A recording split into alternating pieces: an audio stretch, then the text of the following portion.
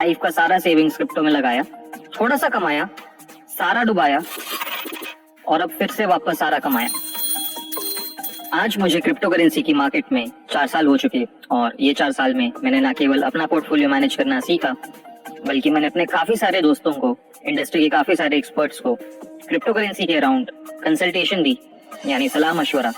और ये करते करते मुझे एक चीज समझ आई कि दुनिया के लगभग 99.99% लोगों को क्रिप्टो करेंसी की कोई समझ नहीं है। और इसका रीजन ये नहीं कि क्रिप्टो करेंसी के बारे में इंटरनेट पे इंफॉर्मेशन नहीं है, इसका रीजन ये है कि जो इन्फॉर्मेशन है वो इतनी टेक्निकल है कि एक इंसान का सारा इंटरेस्ट लूज हो जाता है। तो मैं इस पॉडकास्ट में आपसे क्रिप्टो करेंसी और पैसे के बारे में इस तरीके से बात करूंगा कि आपको ऐसा लगेगा कोई एक दोस्त समझा रहा है, रियल लाइफ जिंदगी के एग्जाम्पल देते हुए। और ना केवल आपको सुनने समझने में मजा आएगा, बल्कि आप ये जर्नी पे अपनी इन्वेस्टिंग भी स्टार्ट कर पाओगे और क्रिप्टो करेंसी के बारे में और भी समझ पाओगे। अगर आप क्रिप्टो करेंसी के बारे में समझना चाहते हो तो पहले आपको पैसे का विषय समझना पड़ेगा। और पैसे का विषय एक ऐसा विषय है जिसके बारे में हमें कभी सिखाया नहीं गया, पढ़ाया नहीं गया। याद करो जब आपने अपने पापा से पहली बार पूछा था कि पापा आप कितने पैसे कमाते हो, और आपके पापा ने बोला बेटा मैं इतने कमाता हूँ कि तेरे को किसी चीज की कमी नहीं होगी। आपने बोला बढ़िया, एकदम मस्त। कुछ साल बाद आपने पापा से दोबारा बात करी कि पापा पैसे आते कहाँ से हैं? पापा ने बोला ले बेटा 100 रुपए जो लेकर आने ले आ। आपने बोला जबरदस्त।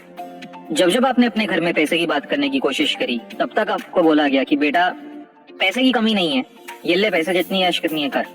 और ये करते करते आप खुद 24-25 साल के हो गए और काफी लोगों की इस साल में शादी हो जाती है, आगे जाके शादी हो जाती है और वो सेम एजुकेशन आगे अपने बच्चों को पास ऑन करते हैं। तो अगर आप ये पैटर्न नोटिस करोगे तो आपको समझ आएगा कि पैसे की हिस्ट्री हमें कभी सिखाई ही नहीं गई और नोइंगली या अननोइंगली, जाने अनजाने में हम वही चीज आगे पास ऑन करते हैं अपने बच्चों को। और इस वजह से अगर आज आप पैसे की हिस्ट्री समझ गए तो ना केवल आपके खुद के लिए बेनिफिट होगा, बल्कि आगे आने वाली सारी जनरेशंस को आप ये चीज सिखा भी सकते हो और समझा भी सकते हो। अगर आप हिस्ट्री देखोगे तो आपको समझ आएगा कि ह्यूमन सिविलाइजेशन की रिकॉर्डेड हिस्ट्री 10,000 साल तक की है। और ये 10,000 साल की हिस्ट्री वो है जो डॉक्यूमेंटेड है, यानी इसका लिखा हुआ कुछ है। बट आपको ये जान के हैरानी होगी कि जो सबसे पहले लिखा गया था वो पैसे के बारे में था, जिसे हम लेजर बोलते हैं, जिसे हम बही खाता बोलते हैं। 10,000 साल पहले या उससे भी पहले पैसे का कॉन्सेप्ट तो एग्जैक्टली नहीं था, बट उस टाइम के लोग पैसे की जगह स्टोन्स, फेदर्स, लेदर और बहुत सारी चीजों को यूज करते थे एक दूसरे से एक्सचेंज करने के लिए।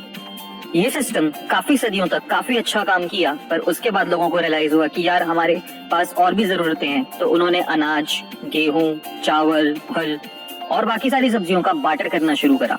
पिछले सिस्टम की तरह ये सिस्टम भी काफी अच्छा काम करा कुछ सदियों तक, पर उसके बाद एक समस्या निकल कर आई कि हम बार्टर सिस्टम को स्टैंडर्डाइज कैसे करें। और तभी इंसानों ने प्रेशियस मेटल्स यानी सोना, चांदी, तांबा, पीतल को डिस्कवर करा और बार्टर सिस्टम में हमने प्रेशियस मेटल्स यूज करने शुरू करे। धीरे धीरे प्रेशियस मेटल्स को स्टैंडर्डाइज किया गया हर नेशन स्टेट में, और जितने भी गुड्स और कमोडिटीज का बार्टर किया जाता था उनकी वैल्यू को भी स्टैंडर्डाइज किया गया।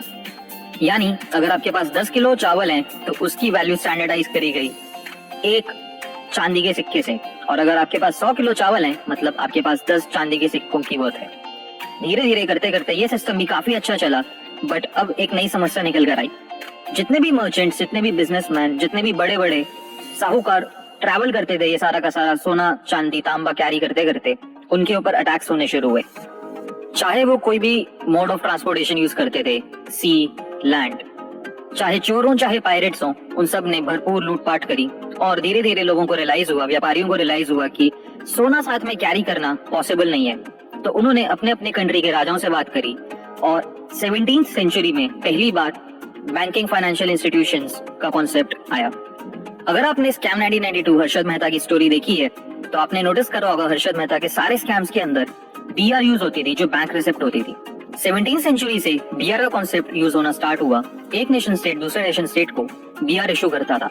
मतलब एक राजा दूसरे राजा को बोलता था कि मैं आपको इतना सोना ओ करता हूँ या इतना चांदी ओ करता हूँ और आप मुझे इतना पीतल या इतना तांबा ओ करते हैं। यहाँ से जितने भी व्यापारी थे उनको अपने साथ सोना, चांदी कैरी करने की जरूरत नहीं पड़ती थी। वो बस एक रिसिप्ट दिखाते थे दूसरे बॉर्डर पे और वहाँ से उनकी एंट्री हो जाती थी। यहाँ से लूटपाट कम हुई, चोर चकारी कम हुई और ईज ऑफ बिजनेस बढ़ा। तो ये सिस्टम भी कुछ टाइम तक काफी अच्छा काम करा और कुछ सदियों बाद फियाट सिस्टम इंट्रोड्यूस करा गया। फियाट मतलब हर नेशन स्टेट का अपना करेंसी, जैसे इंडिया का रुपी, यूएस का डॉलर, ब्रिटेन का पाउंड।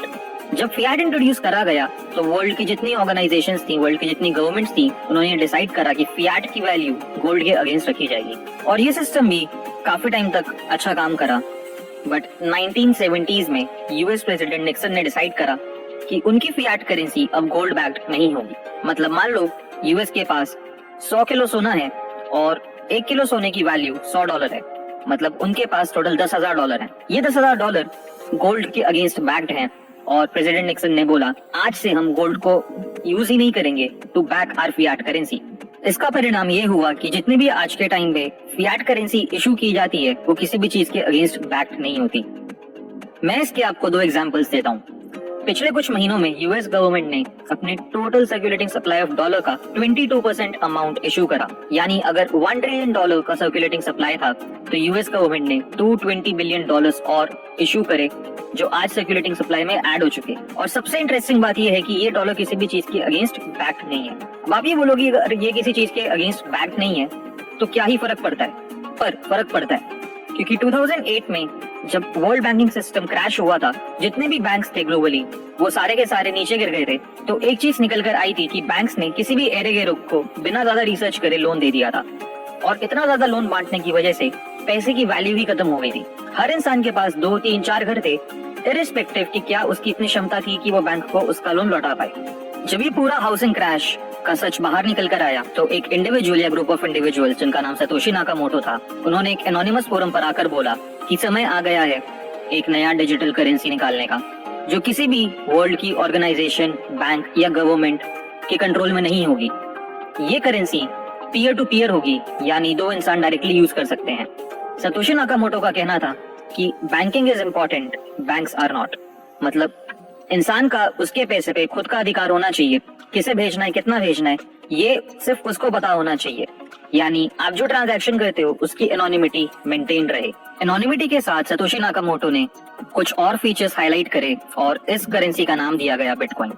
बिटकॉइन क्या है, कैसे काम करता है, आपके लिए क्यों इम्पोर्टेंट है, इसे क्रिप्टो करेंसी क्यों कहा जाता है, ये सारी चीजें मैं आपको एक अलग एपिसोड में समझाऊंगा। अभी के लिए मैं उम्मीद करता हूँ कि आपको हिस्ट्री ऑफ मनी समझ आ गया होगा। अगर नहीं समझ आया तो इस एपिसोड को दोबारा सुनो।